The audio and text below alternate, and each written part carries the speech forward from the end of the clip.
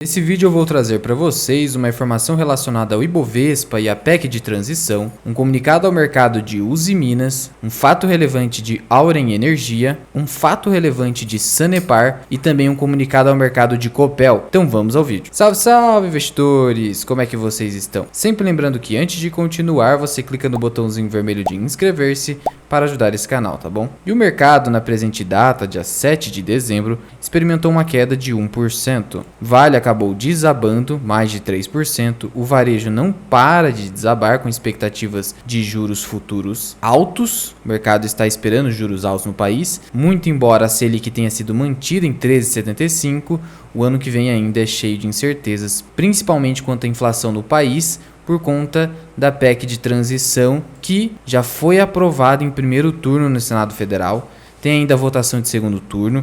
Ela previu um alargamento acima do teto de gastos da União, que limita os gastos da União ao gasto do exercício fiscal anterior. Então, por exemplo, 2022 está limitado ao gasto de 2021 mais a inflação. E aqui houve uma excepcionalidade, né? O Estado gosta de fazer excepcionalidades o tempo inteiro, se torna regra. E aí vai haver um rombo fiscal de 145 bilhões de reais por 2 anos. E isso preocupa bastante o mercado. E o mercado é composto por investidores estrangeiros. Que tipo de investidor estrangeiro vai colocar o dinheiro num país que não tem compromisso com o fiscal? É por isso que os ativos estão em queda. A expectativa para juros e inflação não são nada agradáveis. Prosseguindo aqui em relação à Usiminas, ela publicou um comunicado ao mercado informando o resultado do processo de book building ali das suas debêntures, que são as debêntures de nona emissão, debêntures simples, não conversíveis em ações. Raramente hoje uma empresa está emitindo debêntures que sejam convertidas em capital social, que são as ações. Espécie quirografária sem nenhuma garantia adicional. A conclusão desse processo foi dia 7 de dezembro. Total da emissão aí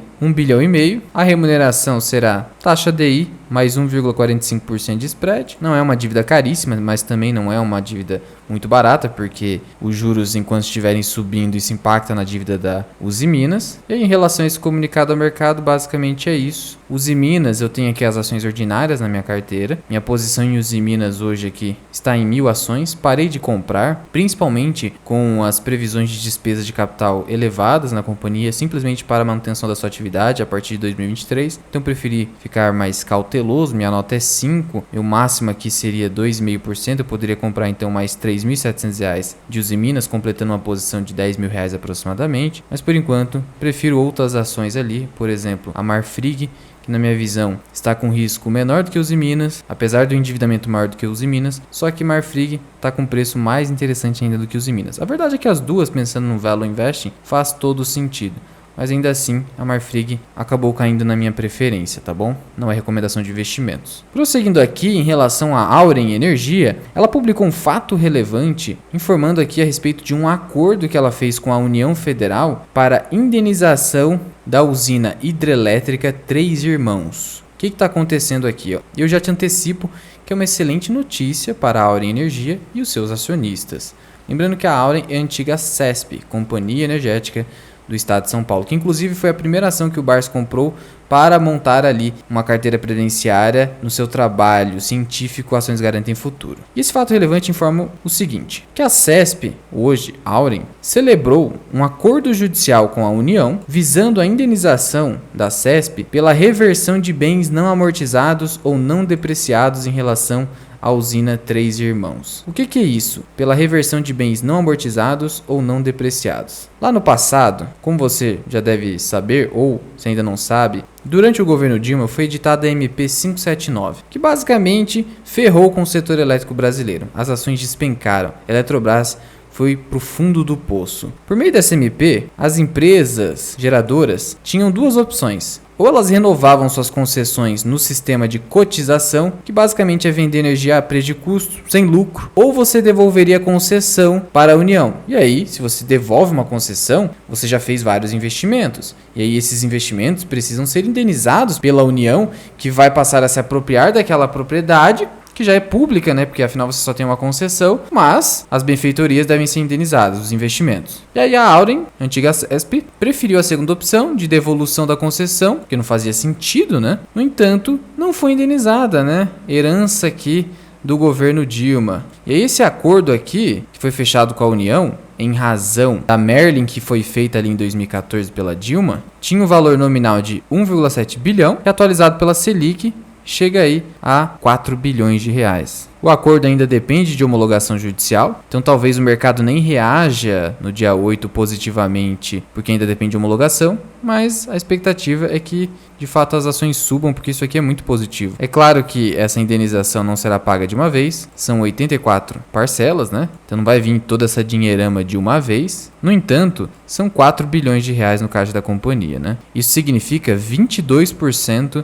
do valor de mercado da companhia. É muito dinheiro. Veja só, hoje a Auren vale 13,6 bilhões. Ela ainda é uma small cap. E aí, essa injeção de liquidez aqui na companhia é muito positiva, principalmente porque isso aqui basicamente era um dinheiro perdido, digamos assim, até porque receber da União é muito difícil. De qualquer forma, que bom que a Auren conseguiu esse acordo. Finalmente o dano que foi causado na empresa vai ser reparado. E aí isso é muito importante no presente momento de crescimento da Auren. Esses recursos que vão entrar no caixa da companhia entram num belo momento em que ela busca oportunidades de consolidação no setor elétrico. Isso aí abre oportunidades, por exemplo, para fusões e aquisições, M&A, que a companhia agora vai ficar com muito caixa. E veja só, a Auren está hoje custando R$ 13,60. A empresa, desde quando foi criada, está sofrendo queda, ali dos R$ 16 até agora. Mas é bem provável que com essa injeção de liquidez, que constitui 20% do seu valor de mercado, haja uma disparada. Se você aí estiver posicionado em Auren Energia, já deixa aqui nos comentários,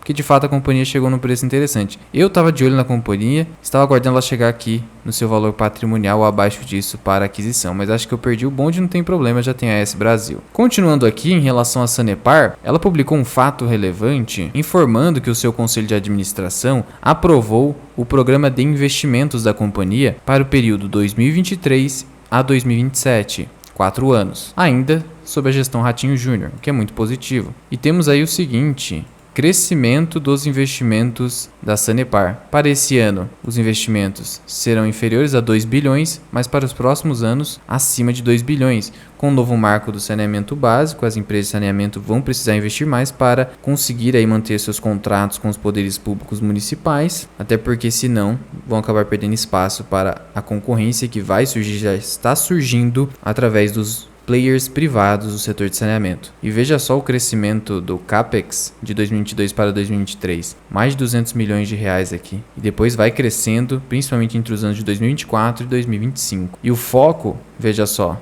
é justamente esgoto, porque de fato ainda falta muito investimento em esgotamento sanitário. E aqui vai ser o foco da Sanepar, como deve ser. Lembrando que ela está fazendo isso não por bom grado, o mercado não é bonzinho, as empresas não são fofinhas. É que são compromissos assumidos nos contratos de concessão, visando a universalização dos serviços de esgoto. Então não estou interessado em uma empresa fofinha. Eu quero que uma empresa que faça sua lição de casa, cuja gestão saiba o que deve ser feito e que traga retorno ao acionista. É tudo muito simples. E a Sanepar, na minha visão, apresentou aqui um programa de investimentos bem adequado, a qual, contudo, está andando de lado há muito tempo, tenho que reconhecer. Há 5 anos aí, não conseguiu nenhuma valorização após principalmente aqui o derretimento do Covid. Eu tenho SAPR4 na carteira, ações preferenciais. É uma posição aqui que eu tenho de 1,5%. Minha gestão máxima 3%. Setor de saneamento é um setor perene, mas não é dos melhores setores, por isso que eu coloquei uma nota mais baixa, além de ser uma empresa estatal, e até uma posição baixa aqui que eu tenho em Sanepar. Eu posso ainda comprar aqui, ó, mais R$ 6.800. Posso chegar a uma posição de 14, 15 mil reais. Pretendo ficar no máximo nos 10 por enquanto. Estou perdendo 3%. Ponto negativo da companhia é que ela anuncia dividendo num ano e paga no outro. Então seria bom que o governo atual tentasse mudar essa política de dividendos para valorizar mais o acionista e dar mais fluxo de dividendos para os acionistas. Certamente as ações se valorizariam pelo efeito clientela das ações pagadoras de dividendos.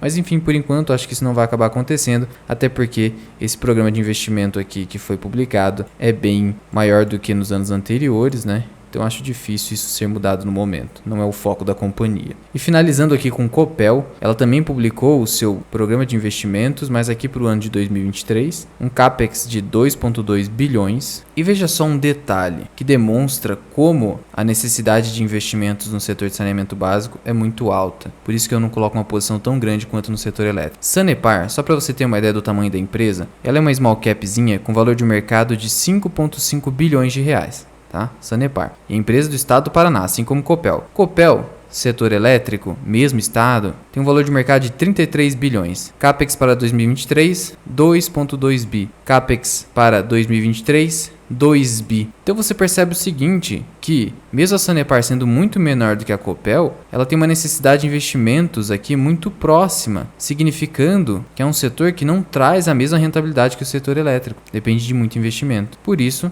tem uma pequena posição que eu falei para vocês, por ser um setor perene. Por outro lado, é uma posição bem menor do que uma posição que eu tenho e teria no setor elétrico. E aqui o Capex, como eu falei para vocês, 2,2 bi. O foco ainda, obviamente, é a distribuição. Esse é o negócio core da Copel, não tem jeito, tá? Ela não é uma transmissora. A transmissão é uma operação secundária, depois a geração. E todo esse investimento aqui na parte de distribuição é para a modernização da rede de distribuição de energia elétrica aqui no estado. E a gente viu que a Copel tem modernizado demais, já trouxe vários fatos relevantes, várias notícias a respeito disso. É a continuidade do Paraná Trifásico, já iniciado em 2021, que visa a renovação das redes de distribuição rurais, com a implantação da rede trifásica e criação de redundância nos principais ramais rurais, melhoria e qualidade de atendimento e etc. Portanto, na minha visão aqui, completamente adequado o programa de investimentos, muito próximo do ano passado. Copel esta que, como vocês sabem, chegou a R$ 8,00, disparou até R$ 9,00 quando teve a notícia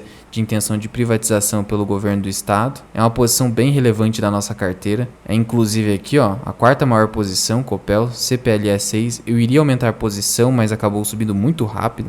Tanto que está com uma rentabilidade de 30% aqui, só de valorização, sem considerar dividendos. E meu preço médio de R$ 6,17 está aí na casa dos 8. Fica difícil de comprar. Nesse preço aí, prefiro ter mais cautela. Sendo que eu já até superei minha gestão de risco inicial aqui, então tem que estar muito barato, tem que voltar para os R$ 7,00 para eu eventualmente aumentar a posição. Qualquer novidade trago para vocês aqui no canal, então já ativa o sininho aí embaixo. Sendo que só mais um detalhe, Copel entregou um retorno absurdo nos últimos 10 anos, principalmente, olha só, a partir de 2018, gestão Ratinho, 300% de rentabilidade. E aí você vai me perguntar, tá, então se depende da gestão do Ratinho, para o longo prazo pode ser arriscado? Olha, já houve mudança da governança corporativa da companhia, ela já alterou seu estatuto, ela tem várias regras ali que blindam interferências governamentais desastrosas, mas principalmente com essa privatização, se for levada a cabo, não vai mais depender do governo do Ratinho, que inclusive já está se posicionando com diversificação da matriz energética. Isso vai